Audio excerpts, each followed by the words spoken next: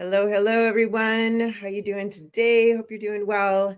Today we are talking about why your high ticket offer isn't selling and how to fix it fast. So you created a premium offer, put it out to the world, and crickets. No one's buying, and you're starting to wonder: is it me? Is it the market? Or is the whole thing just a high ticket thing? Is this high ticket thing just a myth? So stick around because in this video, I'm going to be showing you how exactly why your high ticket offer isn't converting and how to fix it fast without changing the price or creating a new program. So let's get into it. I'm Heather Blaze. I help coaches, consultants, and experts like you set up automated systems, strategies, and high converting offers so that you can make at least $100,000 or more a year. Sometimes my clients are doing that per month, but they're doing what they love. They're doing what they love to do, and they're doing it when they want and from wherever they want to do it. So I've helped clients go from zero to fully booked premium clients in just a few weeks without burning out, lowering their prices, or relying on complicated funnels. So if you're struggling to sell your high ticket offer, or you're not even really clear about how to bundle your value into a high ticket offer, trust me, I've been there and I've cracked the code and I'm about to hand it to you today. So here's what we're going to cover. The first thing we're going to cover is the real reason why people aren't buying your offer, and it's not what you think. The second thing is the 3 invisible gaps that are secretly killing your sales. The third thing I want to cover is how to fix your messaging so that your audience sees your offer as the must-have against the competition. And then the fourth thing is a simple framework that will help you close high ticket sales without any pressure or awkwardness, none of that sleazy, cheesy pressure type stuff. Okay. So all from authenticity, all from service. I call it selling from service. So stick with me until the end because I've got a powerful bonus tip that helped one of my clients double her price and increase her close rate. So let's go. So first, I want to talk to you about the real reason they're not buying. So let's start with the hard truth that's really going to set you free. It's not that your offer isn't valuable. It's that your audience doesn't see the value yet. Okay. And here's the kicker. That's not a pricing problem. It's a positioning problem. So think of your offer like a diamond. If you're selling it in the middle of a dusty flea market, people assume it's costume jewelry. But put that same diamond under perfect lighting in a velvet box and at Tiffany's, people will line up to pay a premium. I remember lining up out of Tiffany's one Christmas, they do it, right? And it's not in a pawn shop. You can pay probably way less in a pawn shop than right at Tiffany's, right? But you've got the diamond. You've got the diamond right now. You're marketing it like costume jewelry though. So let's fix that. So to do that, we've got to address 3 invisible gaps. So you have to think of these like potholes in your prospects that your prospects will fall into on the way to saying yes. Okay, so let's break them down. These gaps are silent killers. Okay, you won't always see them, but your audience feels them and they stop them in their tracks. Okay, it stops them dead in their tracks every single time. So the clarity gap is what we need to focus on. So you're speaking in an expert language, and I don't mean at a high level. You can speak at a 5th grade level, but in an expert language. Okay, your audience is still trying to figure out their problem. They don't speak coach yet. Okay, you've got to ditch the jargon and speak in the emotional language of your ideal client. So what you need to do is you need to paint the picture of what their transformation feels like, not just what it looks like on paper, but what it actually feels like to them. What are they currently going through? How does that feel? How's it showing up in their life? What do they ultimately want? How's that going to show up in their life? What's it going to impact, right? And then there's the confidence gap. So even if your offer sounds amazing, they may not believe you can get them the results, or worse, they don't believe they can get it. So even with your help. So maybe they've tried things before and they failed. And this is where that belief transfer comes in. They've got to have that KLT switch, the know, like, and trust switch has to go off, right? So one thing you can do is use social proof, but then if you're just starting, how do you do that, right? So you can share stories though, and they don't even have to be something that you've done. You can use other people's stories and just to illustrate that the results, right? So even if you haven't done it yet, if you know somebody who's done it or you've done it for free, maybe they haven't actually paid you, you can still share those stories as social proof. So show them that they're not broken, they're just missing the right guide. Does that make sense? So give me a hi if you're here with me live. I know we started a couple minutes late. We had some technical difficulties, so might have dropped off. But anyway, if you're here live or on the replay, put hashtag live or hashtag replay and say hi. And if you show up on here live, then I can say hi. And if you put your name in the chat, I can see it and I'll give you a shout out. Anyway, let's go over the cost gap. This is really important. So the truth is that if your audience doesn't feel the cost of staying stuck, they won't move. So your job is to help them see that it's costing them emotionally, financially, and energetically to stay where they are. So make the pain of inaction louder than the fear of the investment. Okay. So what do I mean by this? Like, and you don't want to tell them. Okay. You want them to tell you. You need to ask questions. You need to ask the right questions. And I go deep on this with my clients. We put together, we spend weeks and weeks and weeks on uncovering all these things so that we can formulate these questions and that lead the prospect into the sale so that they can help them. Does that make sense? So they have to have this, I call it like an oh shit moment where you ask them all these questions and then they're like, oh shit, like this is really affecting me on a deep level. I need to do something about it. Does that make sense? So one of my clients was selling a 3K coaching program, incredible value. Like she got amazing results, but her sales were flat. And once we adjusted her messaging to speak emotionally and built in stronger belief transfer points and elevated the perceived cost of staying stuck, we even raised the price because after looking at the data, we saw that the price was actually too low compared to the results that she could get them. She closed 3 clients in a week at 5K each. Okay, so 15K in a week when we really dug in and figured out, okay, what is it that we need to say? What are these questions that we need to ask that will lead that prospect into the sale to bring up, the cost of inaction versus, the cost of the 5,000 that would get them the result that would be worth way more, right? It seems like a bargain when it's positioned that way. So now that you know the gaps, how do you fill them in? Okay, that's where your messaging and your positioning come into play. So let's move on to fixing your messaging with the value ladder framework, I call it. So think of your messaging as a ladder, okay? A ladder that your ideal client has to climb. Sometimes I do it as a path, but today we're going to talk about a ladder, okay? So each rung gets them closer to seeing your offer as the obvious solution to their problem. And here's how the ladder works. Rung number 1, say that 5 times fast, speak to their stuckness. So begin where they are, their current position. It's kind of like a GPS. You could kind of imagine it like that. What are they frustrated by? What keeps them up at night? Speak into the emotion. Like you're overwhelmed, spinning your wheels and wondering why everyone else seems to be winning, right? That like you want to get into their psyche. Rung number 2 on that ladder is call out the dream. Now you got to just shine a light on what they truly want.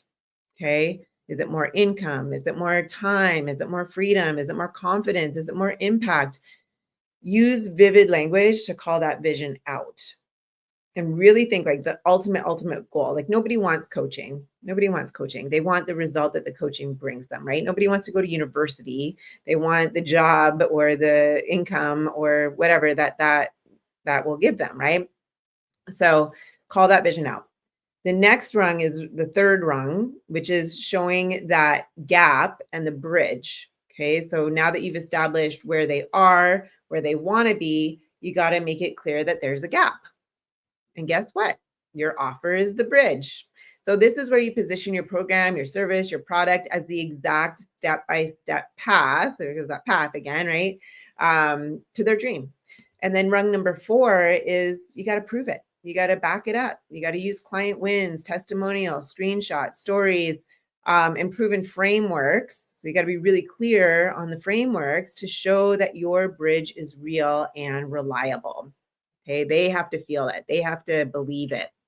And one of my clients had all the right components. She had a solid offer. She had clarity around who our ideal client is, or niche, right? They call it. She had traffic, but her messaging was flat. It was just flat. So after applying this ladder, right, the step by step, she posted a single piece of content that landed her a 5K client. That client said, I knew from the first line of your post that you were the one for me. Or I don't know if it was probably an ad, right? We had to rework our ads. But if you don't have clarity around your offer, if you don't have clarity around who your ideal client is, like real clarity around what is it costing them in their current situation, all that stuff, right? If you don't have clarity around that, how are you going to communicate the value effectively? It just doesn't work. So these are all things that you need that foundation first in order to make your messaging clear. Otherwise, it's not going to land. There's so much noise out there. No one's going to understand it. So now that your message is finally landing and your audience sees the true value of what you do, how do you get them to take action without being pushy or salesy or sleazy or awkward? Right? You need to show up with confidence. You need to come with knowing, right? And that's what we're going to dive into next. So here's the truth that I've learned over the years. People hate being sold to, but they love to buy. Let that sink in for a minute, right? So especially when what they're buying feels like a clear, empowered decision that helps them move toward their dream. So instead of closing like a hard-nosed salesperson, your job is to lead like a trusted guide, right? Again, that path, just lead them in to the sale, lead them into what they need so that you can help them.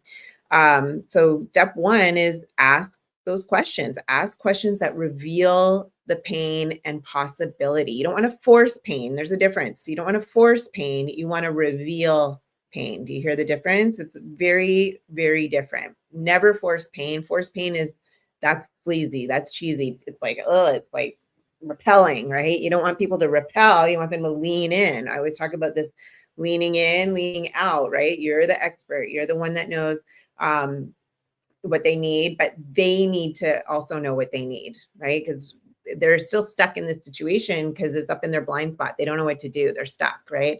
So that's where you come in. And you know, but they need to understand and they need to believe it for themselves. You can't tell them. Again, we got to ask them the question. So the best way to sell is to ask.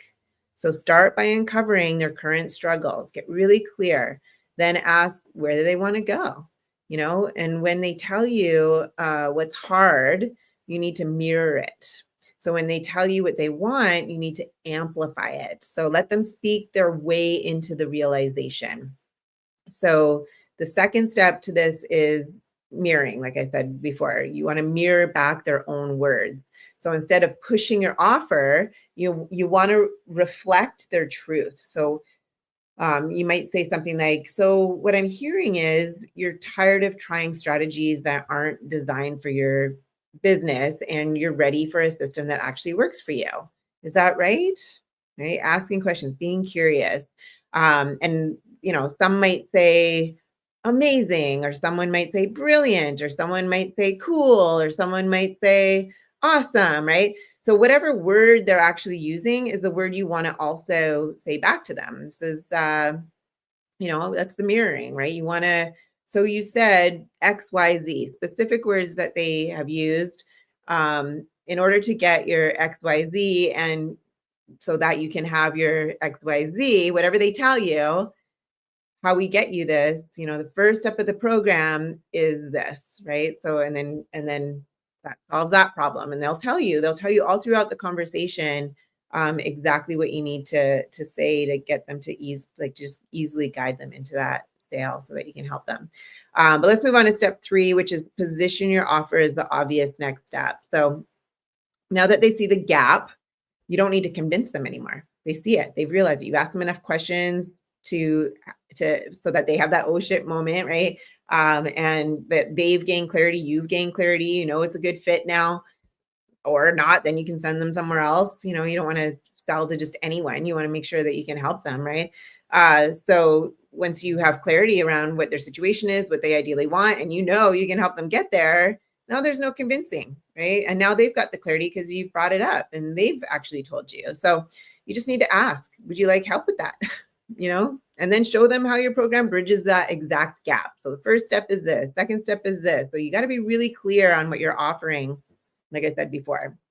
And then the fourth step is stay calm and just detach from the outcome. Like if you've got the right systems in place, where you've got, the automation in place and you've got calls being booked and you've got the right people coming onto your calendar daily, there's no need to be desperate for that outcome, right? You can detach, you can relax. If this doesn't, if they choose not to get the result that you can get them at this time, maybe they got like a summer trip, or maybe they need to do whatever, right? They've got something happening. They're helping their parent through cancer. I don't know, like whatever. Like there's people have lives, right? So maybe it's not the right time, maybe it's whatever.